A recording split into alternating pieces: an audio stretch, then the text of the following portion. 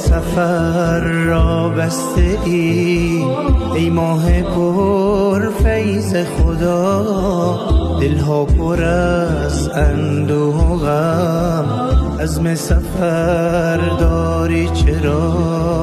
یاد خوش ایام تو، یاد تراویح و قیام، از دل نخواهد شد برون ای ماه تقوا و صیام.